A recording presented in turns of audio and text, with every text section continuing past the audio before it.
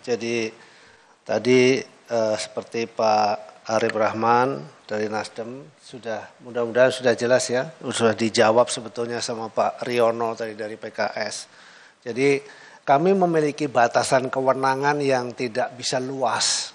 Jadi kami mohon juga kepada yang mulia para anggota Komisi 4 DPR RI, memang kita harus melakukan satu edukasi di tengah situasi zamannya broadband seperti sekarang ini. Kalau kita tidak melakukan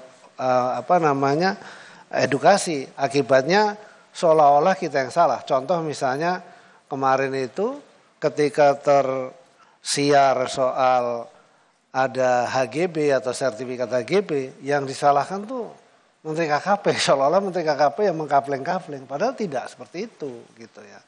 Bahkan kami pun baru tahu setelah diumumkan oleh Menteri ATR. Tapi yang pasti yang kami ketahui berdasarkan undang-undang memang tidak boleh ada penerbitan sertifikat di laut kecuali untuk suku tertentu. Salah satu contoh adalah suku Bajo. Dan itu pun sebelum diterbitkan oleh ATR BPN harus diterbitkan dulu KKPRL. Jadi seperti itu.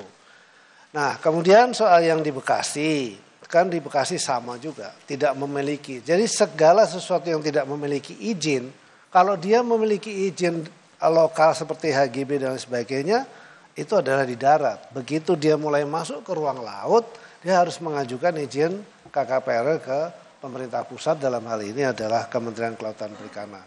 Apabila itu tidak ada, pasti kemudian akan kita lakukan tindakan penyegelan dan kemudian kita usut sesuai dengan koridor tadi, denda administratif dan lain sebagainya. Kita tidak bisa masuk ke ruang yang lebih jauh. Ini semoga sudah bisa menjawab. Interupsi Ibu Pimpinan Arif Rahman, Nasdem. Izin Pak Menteri, saya hanya ingin menyampaikan bahwa memang tadi kan terbit di daerah yang kemarin kita lihat itu kan 3 sertifikat di 266 bidang. Itu memang bukan Bapak yang mengeluarkan, betul. Kita juga paham itu. Tapi kan Bapak punya fungsi pengawasan yang seharusnya sudah bisa mengetahui juga Pak, bahwa proses itu sudah berjalan. Karena kan pagar laut itu Pak, mohon maaf, tidak seperti sulap. Ini pagar laut atau sertifikat? Pagar laut Pak, tapi kan gini, mungkin mereka melakukan itu karena sudah punya sertifikat, merasa punya sertifikat. Memang bukan Bapak yang menerbitkan. Saya tahu bahwa itu adalah BPN, pasti yang menerbitkan. Tapi kan proses persetujuan harusnya pemanfaatan ruang laut itu kan ada di Bapak. Nah saya nggak tahu makanya kenapa harus ada koordinasi yang seperti pimpinan tadi bilang Pak Alex, bahwa kalau memang merasa ini tidak punya kewenangan, kita bikin panja atau apa untuk mencari Pak. Karena saya yakin problem ini juga ada di seluruh Indonesia gitu loh. Nah ini yang perlu, jangan sampai Bapak setelah ini akan capek klarifikasi masalah pagar-pagar ini Pak. Karena ini tiba-tiba habis dicek muncul di Surabaya. Nanti habis ini di Makassar pasti ada. Ini akan selalu muncul. Nah saya hanya mempertanyakan bagaimana koordinasinya, karena bagaimanapun yang ada HGB-nya itu di wilayah Bapak, laut Pak. Pokoknya urusan air asin itu di Bapak lah gitu kan. Dan HGB itu adanya di wilayah Bapak.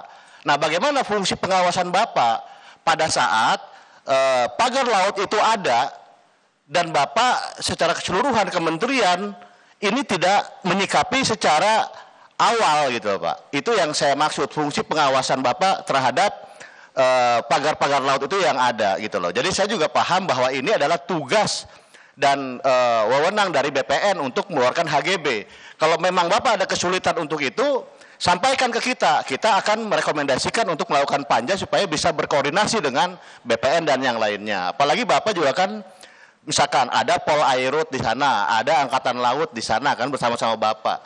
Nah ini yang harus saya jelaskan. Mungkin itu Pak. Terima kasih Pak Menteri, mohon maaf. Terima kasih Bu Pimpinan. Terima kasih Pak.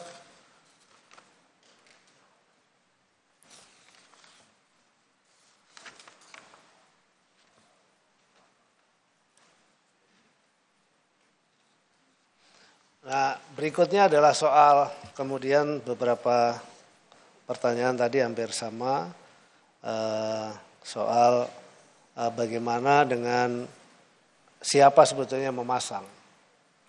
Jadi sampai dengan hari ini masih dalam proses penyidikan. Ya memang tuntutan dari para masyarakat pengennya hari ini diusut, disegel, besok juga udah langsung ketahuan.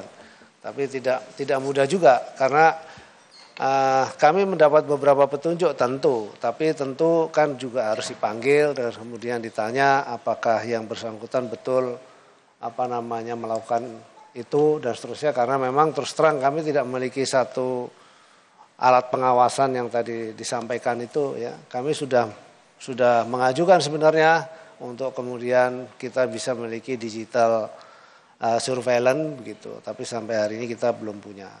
Dan kemudian kalau soal koordinasi, Pak, kita sudah sering melakukan koordinasi dan masing-masing sudah paham bahwa kalau menerbitkan atau mengizinkan ini, mengizinkan itu nggak boleh.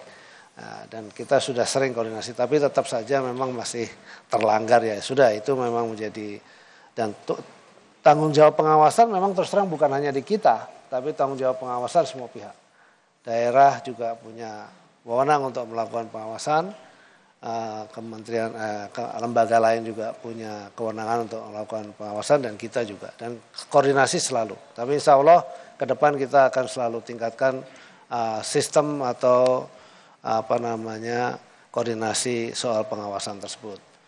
Karena memang luas wilayah kita itu seluruh Indonesia, dan tadi sudah saya sampaikan kebetulan saja yang terjadi di Tangerang ini. Sebetulnya kejadian seperti Tangerang ini sebelumnya sudah banyak sekali. Tadi saya sampaikan kita sudah menghentikan 196 kasus ya, yang semuanya itu adalah bermuara pada kegiatan pembangunan di ruang laut. Begitu. Nah, itu yang saya kira dapat kami sampaikan, dan saya kira terima kasih atas seluruh masukan-masukan, dan kita menjadi perhatian penting. Tapi saya punya keyakinan Bapak Ibu semua yang ada di sini juga sangat paham kita memiliki limitasi-limitasi, terutama adalah soal operasional, dan mudah-mudahan ke depan kami juga sudah melaporkan hal seperti ini kepada pimpinan kami. Mudah-mudahan ke depan di periode yang akan datang kita bisa lebih komprehensif lagi untuk bisa mendapatkan dukungan secara langsung. Demikian saya kira yang dapat kami sampaikan. Terima kasih. Wassalamualaikum warahmatullahi wabarakatuh.